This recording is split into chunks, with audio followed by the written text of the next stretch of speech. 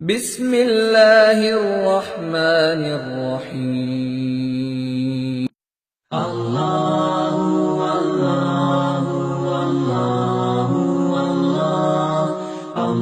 اللہ اللہ اللہ۔ آؤ میرے نبی کی دنیا کی ذرا سیر کر کے آگے چلے انشاءاللہ۔ احساس پیدا کرو دوستو اپنے دلوں کے اندر، احساس پیدا کرو تم جو مال آج کما کر جمع کر رکھتے ہو، کل ازدہے کی شکل میں آ کر تمہارا پیچھا کرے گا اور جہنم میں منہ کے بل گھسیٹتے ہوئے ڈال دے گا تمہیں انشاءاللہ۔ میرا وعدہ نہیں ہے، میں نہیں کہتا کوئی بات، میں وہ بات کرنے کا عادی ہوں جو اللہ تعالیٰ نے آسمان سے نازل کی اور میرے آقا نے اپنی زبان سے بیان کر دی۔ آؤ میرے نبی کی دنیا کو دیکھو، اما عائشہ صدیقہ رضی اللہ تعالیٰ عنہ کا حجرہ ہے۔ کتنا بڑا کمرہ میرے نبی کا، کتنا بڑا کمرہ میرے نبی کا، 4x4 کا میرے نبی کا کمرہ تھا۔ عائشہ صدیقہ رضی اللہ تعالیٰ عنہ کہتی ہیں میرے نبی کی دنیا میں میرا نبی جب کمرے میں داخل ہوتا، گرمیوں کا موسم ہوتا، اللہ کے نبی صلی اللہ علیہ وسلم اپنا کرتا مبارک اتار دیتے اور بازو رکھ دیتے، تہبند کو کس کر باندھ دیتے۔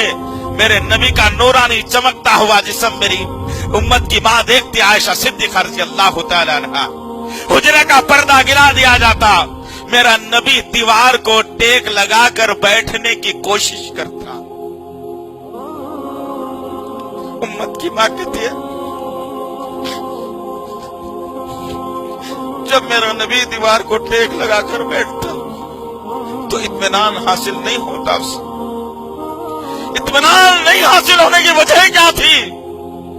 اس لیے کہ میرے نبی کی بہترین دنیا میں اس کی دیواریں ویسی چکنی نہیں تھی، بلکہ اس میں کنکر اور پتھر سے بنائی گئی دیوار، جس میں کنکر اور پتھر نکلے ہوئے اونچ نیچ والی دیوار تھی۔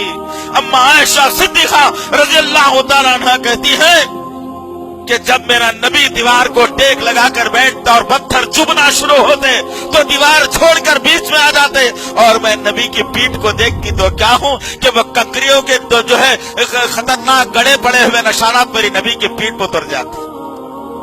سوچو نبی کی دنیا کیا تھی، نبی نے کتنی محبت کی اس دنیا سے۔ چاہتا میرا نبی تو اللہ آسمان سے فرشتوں کے ذریعے سے محل تعمیر کروا دیتا۔ کیا تھی میری نبی کی زندگی؟ وقت کا واقعہ ہے، گرما کا موسم، چلچلاتی دھوپ، میرا نبی چٹائی بچھایا ہوا کھجور کے جھاڑ کے سائے میں لیٹا ہوا ہے۔ عمر بن خطاب، ابوبکر صدیق، بانا صحابہ کا گزر ہوا، دیکھتے کیا ہیں؟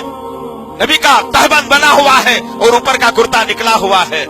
میرا نبی چلچلاتی دھوپ میں گرمی سے بچنے کے لیے کھجور کے چھاؤں کی جھاڑ کی چھاؤں میں لیٹے ہوئے ہیں۔ صحابہ گئے دیکھے، اللہ کے نبی صلی اللہ علیہ وسلم اٹھے اور بیٹھ گئے۔ کیا دیکھنا صحابہ کرام کا؟ آج ہم داڑیاں مونڈ کر جنت میں نبی کے ساتھ رہنے کا یقین کرتے ہیں، پیروں کے نیچے کپڑا لٹکا کر نبی کے ساتھ رہنے کا یقین کرتے ہیں۔ افسوس تھوپا ہے ہماری زندگی پر۔ وہ کیسے صحابہ کرام تھے جن کے بارے میں اللہ نے رضی اللہ عنہ ورضوا عنہم کا نعرہ بلند کر دیا، راضی ہونے کا اعلان کر دیا اللہ۔ وہ صحابہ کرام اللہ کے نبی صلی اللہ علیہ وسلم کی خدمت میں حاضر ہوئے، اللہ کے نبی اٹھ کر بیٹھ گئے۔ کیا دیکھتے ہیں عمر بن خطاب اور ابوبکر صدیق کہ میرے نبی کی پیٹھ پر گرمی کی شدت اور حدت کی وجہ سے جو بوریا بچھا ہوا تھا کھجور کے پتوں کا، اس کے نشان سارے کا سارا زراس بیٹھ گیا میرے نبی کی پیٹھ پر۔ ابوبکر صدیق مچل گئے، عمر بن خطاب کھڑے ہو گئے، کہنے لگے محمد صلی اللہ علیہ وسلم، ہمارے آقا، آپ پر ہمارے ماں باپ قربان، ہماری جانیں قربان، آپ ایک اشارہ کرتے ہیں ہم اپنی گردن دینے کے لیے تیار ہوتے ہیں، ہمارے پاس مال بھی موجود ہے، آپ کا اس طرح سے سونا ہمیں ناگوار گزرتا ہے، اس طرح کا رہنا ہمیں ناگوار گزرتا ہے۔ ظالم بادشاہ اپنے اپنے گدوں کو تعمیر کر کے نرم گدوں پر سوتے ہیں، آپ کا حق ان سے زیادہ ہے، آپ زیادہ حقدار ہیں اس کے سونے کے۔ یا رسول اللہ، کیوں نہ ہم آپ کے لیے بہترین گدا تیار کر دیں، جب کبھی آرام کرنے کی باری آئی آپ اس میں آرام کریں گے تو ہمارے دل کو سکون بھی پہنچے گا۔ خواہش تھی نبی کے ساتھیوں کی یہ. میرے آقا نے جواب دے کر کے کہا اے عمر اے ابو بکر میں تمہارے ذہنوں میں ابھی بھی دور جاہلیت کی باتیں دیکھ رہا ہوں. ایمان والے کی سوچ یہ نہیں ہو سکتی. اللہ اکبر. ایمان والا دنیا کے پیچھے دوڑنے والا نہیں ہو سکتا. ایمان والا دنیا کو ہیٹ سمجھتا ہے. اب یہ الفاظ کو دہرایا, دوبارہ یہ الفاظ دیکھا دہرائیں گے تو نبی تم سے بات کرنا بند کر دے گا. اللہ اکبر. نبی کی دنیا کیا تھی دوست؟ As I look to nature's beauty, dazzled am I, knowing everything comes on you, the Lord Most High.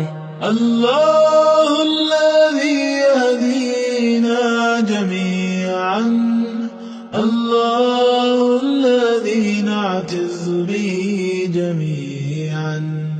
Allah